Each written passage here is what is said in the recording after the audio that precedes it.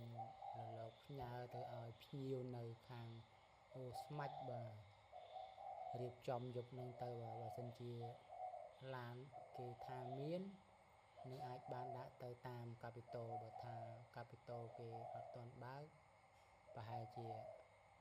ខកមួយថ្ងៃទៀតបាទតលតែថ្ងៃច័ន្ទបានចេញទៅហើយមើលទៅតែអញ្ចឹងរៀបចំទៅស្អែកហ្នឹងចេញពីព្រលឹមចេញទៅតាមទៅមើលកាពីតូមើលវោទេទៅគេអត់លើកបាទទេចូលតែគេអត់លើកបាទនេះបាទចេញទៅខាងអូស្មាច់បាទ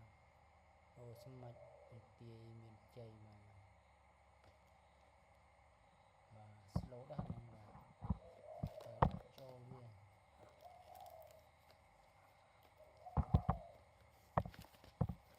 បាទនេះចាក់ចូលដែរវាទៅឆ្ងាយហ្នឹង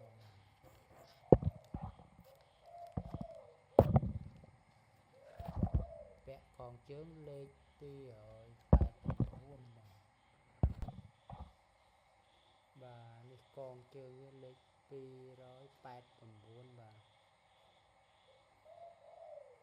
289កងជើងវាមានកងជើងរូបពណ៌ខ្មៅដាក់ចូលត្រកហើយ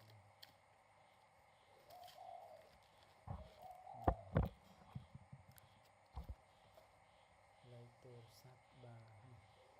លេខអ្នកទទួលទៅខាងអូស្មាច់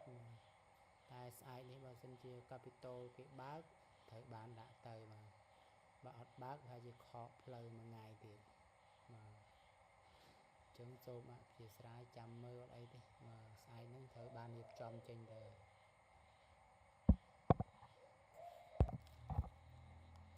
បាទព្រោះអាហ្នឹងកូនបាចាស់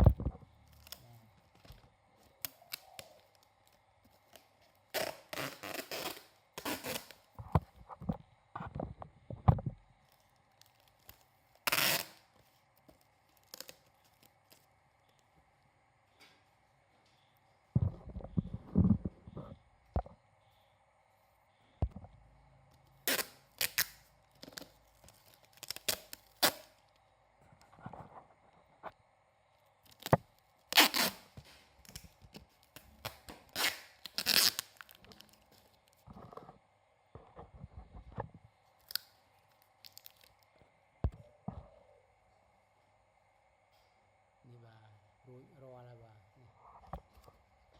នេះលោកនៅក្នុងបាទ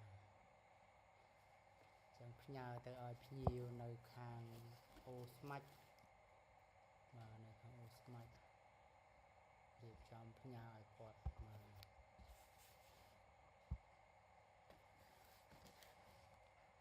រៀបចំផ្ញើឲ្យគាត់ទៅខាងអូស្មាច់តែស្អាតដាក់តាមឡានកាពីតូទៅបាទតែបើសិនជាឡានគេអត់ទាន់ចេញអត់ទាន់បើកត្រូវខកថ្ងៃទៀតឯងព្រោះទេទៅគេអត់លើកក្រុមហ៊ុនគេអត់លើកចឹងបើសិនជាបងប្អូនតាក់តងចង់បានកូនអាបាចាស់មានបាទនៅកូនទូចសាក្រោយ2គូបាទមេបាគូអាងតែបាគូអាងមេអត់គូអាងទេបាទតលតែខែក្រោយបានតម្លាក់មេបាគូអាងដូចគ្នាមេស៊ីនដូចគ្នាបាទចឹងបើសិនជាបងប្អូនចង់បានតាក់តងតាមលេខទូរស័ព្ទ097281683ស្អែកចេញទៅម្ចាស់ថ្មីហេងហេងកូនអាបាចាស់ទៅនៅខេត្តឧត្តរមានជ័យខាងអូស្មាច់ព្រំដែន